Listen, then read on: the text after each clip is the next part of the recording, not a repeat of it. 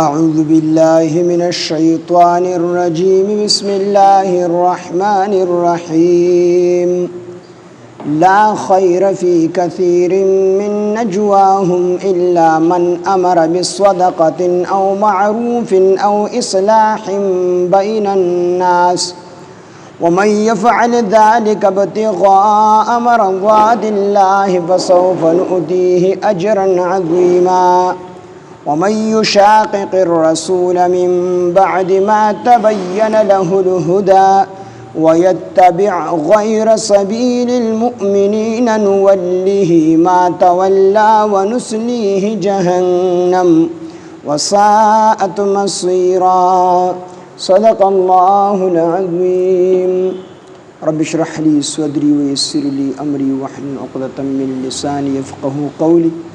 رب زدني علما سبحانك لا علم لنا إلا ما علمتنا إنك أنت العليم الحكيم سورہ نساء پنزم سپارہ آیات نمبر 114 لا خیر فی کثیر من نجواهم الا من امر بصدقة او معروف او اصلاح بین الناس. دین مخ کی آیاتونو کی تیر شو چې طعما یا بشیر دها خاندان والا به د شپې راغون شو دا مشورې به کولی چې دا طعما به د الزام نه څنګه بچ کیږي. غلا خو د کړې ده خو دې به څنګه د الزام نه بچ کیږي، د غلا د الزام نه به دې څنګه بچ کیږي او د غلا د الزام به په چا باندې لګو او څوک به د غلا کې راګیرو. دا مشورې به د طعما خاندان والا کولی چې زمون دا کم کس چې د طعما چې دې د غلا د الزام نه بچ شي او مونږ د بدنامۍ نه بچ شو، د دې وجه نه باغي مشورې کولې چې بل چا باندې الزام ولګو. نو الله رب العزت او فرمایل چې دغه جرګې او دغه مشورو کې هیڅ خیر نشته دی، بلکې خیر د پاره چې کومې مشورې دي نو هغه د صدقې د پاره مشوره کول، د نیکۍ د پاره مشوره کول، دغه رنګ د دوه مسلمانانو په منځ کې د صلح د پاره مشوره کول. دې مشوره کې خیر شته دی او دا دې چې کومې مشورې کې نو دې کې هیڅ قسم خیر دا نشته دی. نو فرمای الله پاک چې لا خیر فی کثیر، لا خیر اس خیر نشته دی فی کثیر من نجواهم د هغوی په ډیرو پټو مشورو کې، یعنی د دې په ډیرې پټې مشورې چې ډیرې مشورې کې په دې کې هیڅ قسم خیر نشته دی الا مگر خیر په کوم مشورو کې شته دی من هغه څوک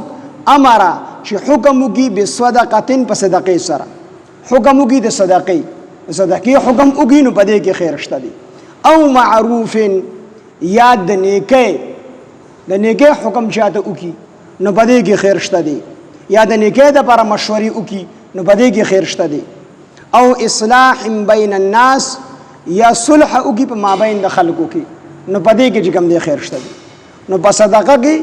صدقې دپاره چې مشوره کیږي نو دې کې خیر دی، دې کې د دغه غریب جسمانی خیر دی. صدقه چې چاله ورکړي نو ډوډۍ موډۍ وپې خوري نو دې کې جسمانی خیر دی. او معروف یا د نیکۍ دپاره مشوره وشي تبلیغ دپاره چې دا کسان مونځ نه راځي د دې دپاره به څه کېږي نو په دې مشوره کې خیر دی. نو په نیکۍ کې روحاني خیر دی. دغه بنده یو سړی مونځ نه کوي ته د مونځ دعوت ورکړو مونځ یې شروع کړو نو دغه کس ته تا روحاني پیدا ورسوله، چاله د صدقه ورکړله ده ته تا جسماني پیدا ورسوله. او اصلاح بین الناس یا صلح وکړي په مابین د خلکو کې نو تا د دوه مسلمانانو په منځ کې صلح وکړله نو تا هغه دواړه مسلمانان د ضرر نه بچ کړل، جلب منفعت ورته ویلی شي. تا دغه دواړه مسلمانان د نقصان نه او د تاوان نه او د ضرر نه دې بچ کړل. نو په دې قسمه مشورو کې خیر دی. چاله صدقه ورکړې د هغې لپاره دې مشوره وکړله، چاله صدقه ورکړله نو دې کې خیر دی. چاله ته د نیکۍ دعوت ورکړو د هغې لپاره دې مشوره وکړله نو په دغه مشوره کې خیر دی. او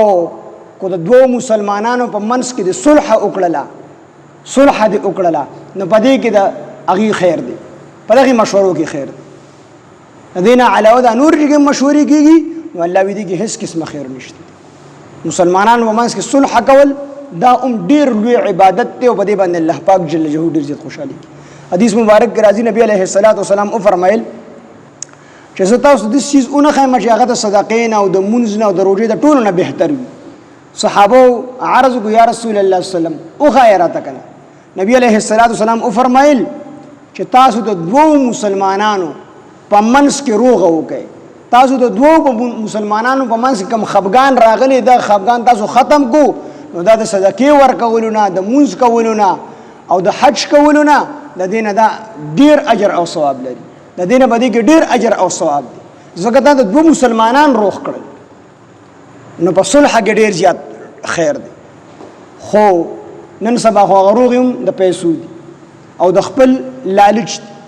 چې د دې مشرانو پکې لالچ نه دی روغ نه کی الا ماشاءالله چې دا ډیر کم کسان به دي وي چې هغه خالص مخلص د الله رب العزت تر رضا لپاره روغ کی مفتی صاحب خبره کولې مونږ یو روغ لتلی وی چې کله مونږ غروغ لړو نو یو ساکست ما خبره وکړه بیا کبا بس اکاس چې بس ما ټول واقع خيار تعالی درکړ بس زه پر چې تا څنګه فیصله وکړه بس ټیک ته زه پر راضي وی زرا پاسې د میډیګه مشرانو هغه کوړه ولې جوړ چې مې وینا وکړه او ما ته چې دا روغ 2000 ولیکه دغه هډېره خبرې دي منس کې نو څه خبرې دي ټال مټولې کو چې دي دا روغه اونش او کوروغه کېږي نو دی په بیا پیسې اخلي نو د سی روغ دي حالان کې قران کې الله فرمایي چې تاسو د روغ د پر روچت شوي او تاسو د روغ د پر پاسې نو الله پاک جل جلاله به دې خیر او برکت اچي او دغه مسلمانانو په واپس کړونه رونه کېږي دی بروخي نو موږ روغ نم د سیس جوړ کړی دي چې د یو طرف نوم پیسې واخلو د بل طرف نوم پیسې واخلو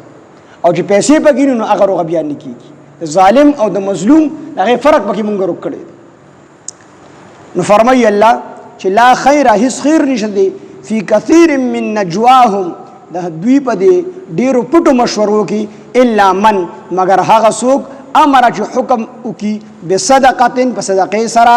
او معروف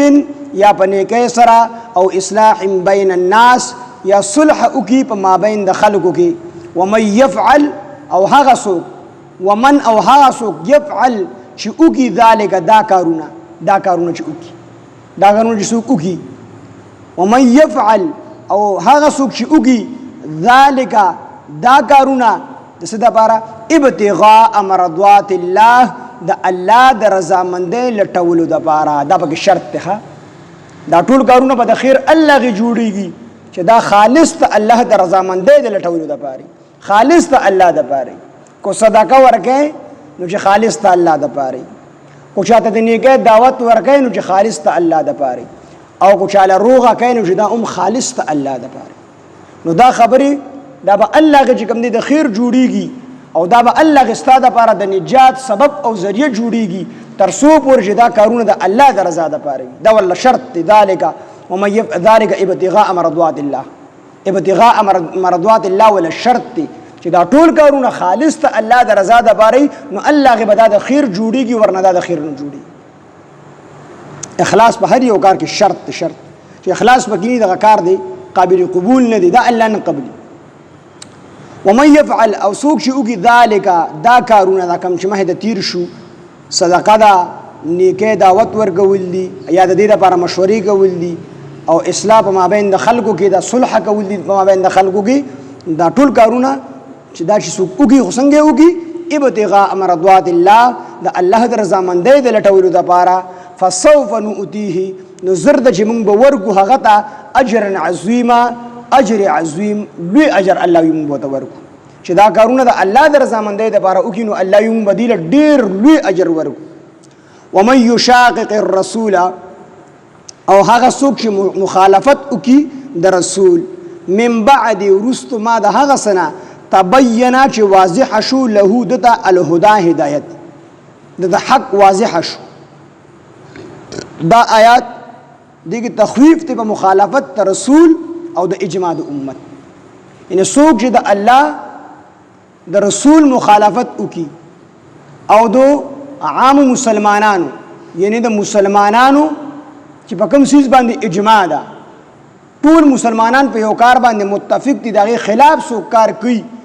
نو هغه سزا په دې آیات مبارک کې ذکر ده او دا دوه سيزونو باندې الله پاک جرم عظیم او د جهنم د داخله دو سبب ذکر کړی یو مخالفت رسول د نبی علیه السلام مخالفت او دویم د اجماع د امت نو څنګه چې د قران او د سنت په بیان شو احکامات باندې عمل کول واجب دي څنګه چې د قرآن او د سنت په بیان شوي احکاماتو باندې عمل کول واجب دي دک شان دي په اجماع د امت باندې عمل کول واجب دي څلور سیزونو نه چې کوم دی مسله واضحه کیږي لومبی چې کوم دی قرآن دی کتاب الله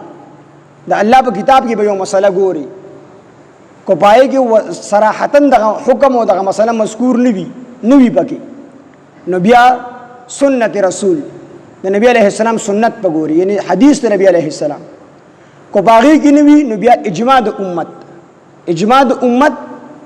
صحابه او تابعین او تبع تابعین هغه په یو خبره باندې اتفاق کړي اکثر علما په یو خبره باندې اتفاق کړي د اجماع د امت ویل شي په دې کې به ګوري او کو دغه نه وي نو بیا قیاس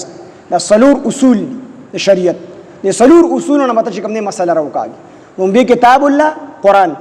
بیا سنت رسول حدیث بیا اجماع د امت او سلورم قیاس د دینه مسله د سلور اصول دي د شریعت د دینه مسله راوباسي نو څنګه چې د قرآن او د سنت نه بیان شوی احکامات باندې عمل کول واجب دي دک شانته په اجماع د امت باندې عمل کول واجب دي څنګه چې د قرآن او د سنت مخالفت کوونکی ګناهګار دی دک شانته د اجماع د امت مخالفت کوونکی دا ګناهګار اجماع د امت تراو باندې اجماع د امت تراو باندې اجماع د امت اوس خلک را پاسېدل لغوي تراوی نشته دي یا دا نفل دي یا دا چې کوم دي سنت نه دي نو دی د امت د اجماع د امت خلاف روان دي او څوک چې د اجماع د امت خلاف زی نبی علیه السلام فرمایي ید الله علی الجماعه من شد فی النار نبی علیه السلام فرمایي چې د الله لاس په جماعت باندې جماعت په ډلې باندې وي ډلې باندې د الله لاس وي او څوک من شد څوک چې جدا شو نو شوز د جدا کړی شو فی النار دی به جهنم ته ځي چې کوم سړی د ډلې نه جدا شو د مسلمانانو دی به جهنم ته ځي مونږ تاسو ګورو کومه ګډه او کومه بیزه چې د کنډک نه جدا شي نو دا بیا شر مخماتي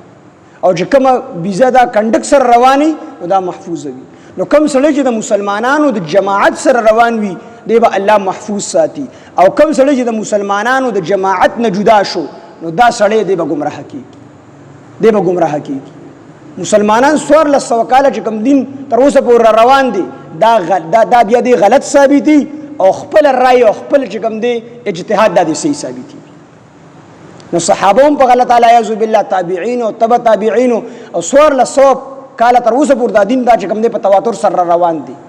نو دا یو سړی غلط ثابتي او یو سړی یوازې ولاړ دا مسله د سیدا خلک هغه پورې ملاس ټپی ودا سی مولاد دي سی خبره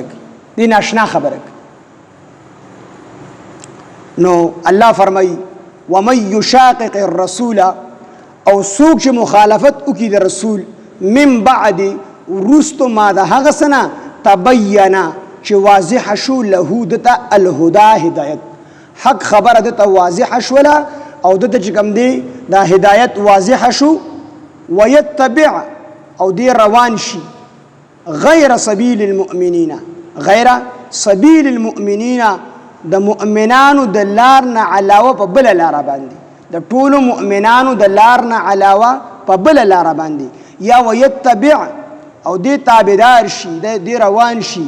غیر سبیل المؤمنین په خلاف د لار د ټولو مؤمنانو په خلاف د لار یعنی د ټولو مؤمنانو د لار نه دی خلاف په بل لار باندې روان شي نو الله ورپسې فرمایي نولیه نو مونږ به واړو دلره الله یې مونږ به واړو دلره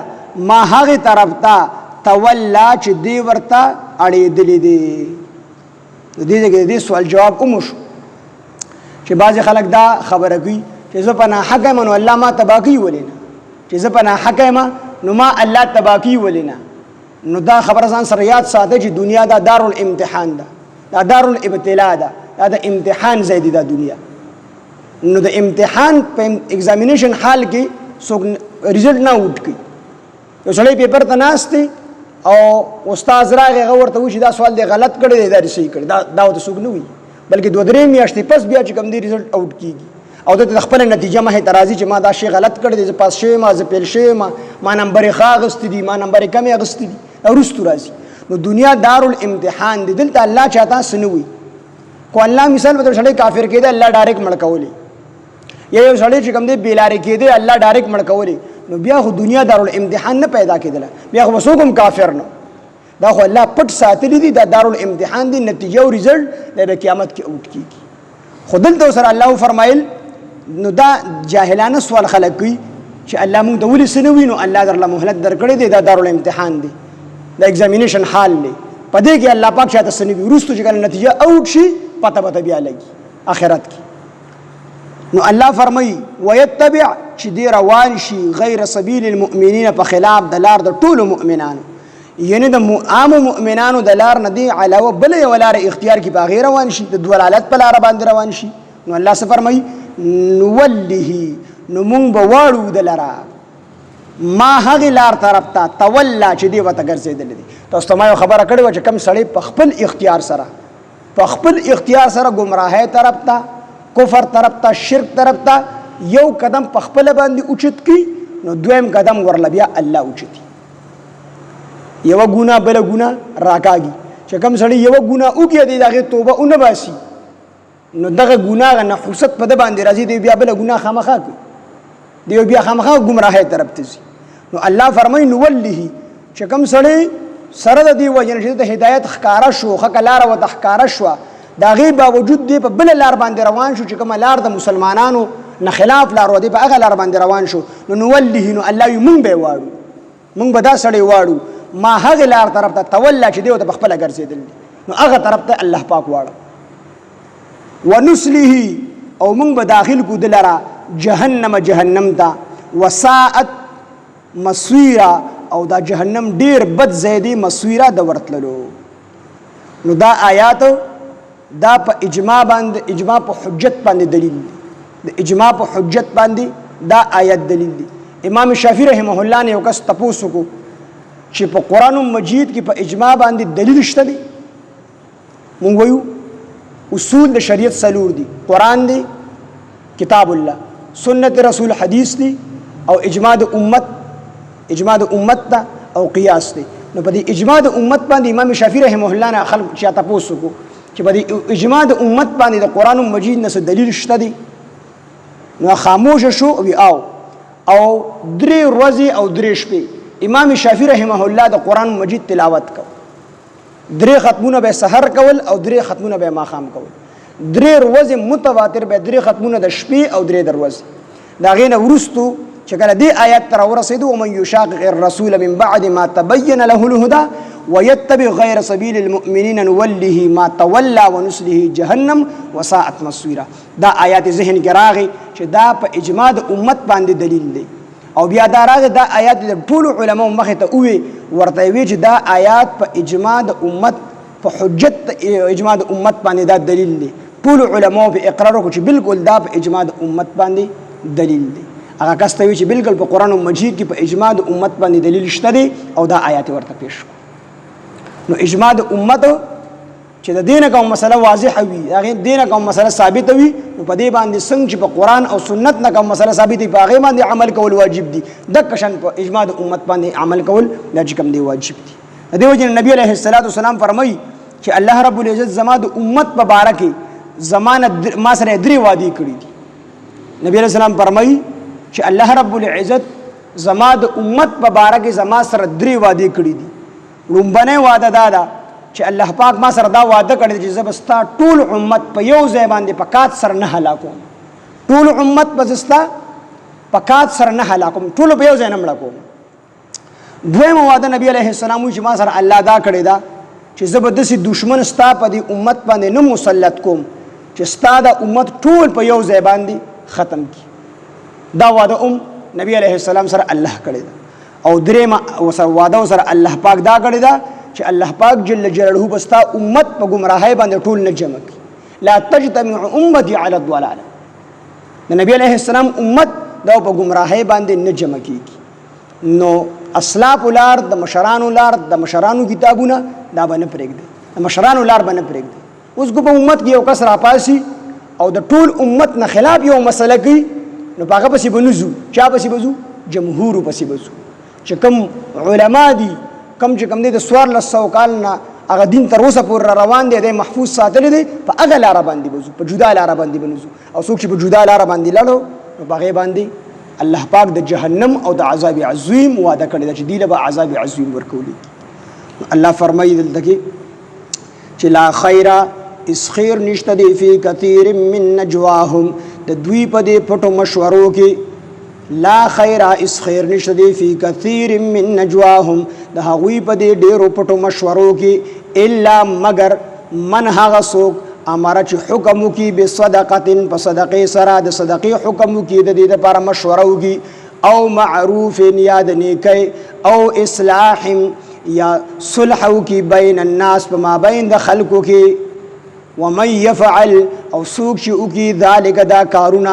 ابتغاء مرضات الله د الله د رضامندۍ د لټولو دپاره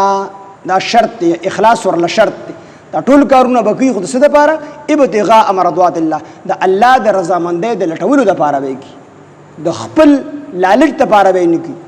د خپل مشهورتیا دپاره به یې نه کوي ابتغاء مرضات الله د الله د رضامندۍ د لټولو دپاره فسوف نو پس زر د نؤتیه چې موږ به ورکړو د لره اجرا عظیما اجر لوی اجر چې الله ورته لوی اجر ویلی دی دا به ډېر لوی اجر یې د دې اندازه نشته. ومن یشاقق الرسول څوک چې مخالفت وکړي د رسول من بعد وروستو ما د هغه څه نه تبینا چې واضحه شو له دته الهدی هدایت د حق خبره وروستو د هغې خبرې نه چې د حق ښه واضحه شو د هغې نه وروستو مخالفت د پیغمبر وکړو ویتبع او دی روان شي غیر سبیل المؤمنین په خلاف د لار د ټولو مؤمنانو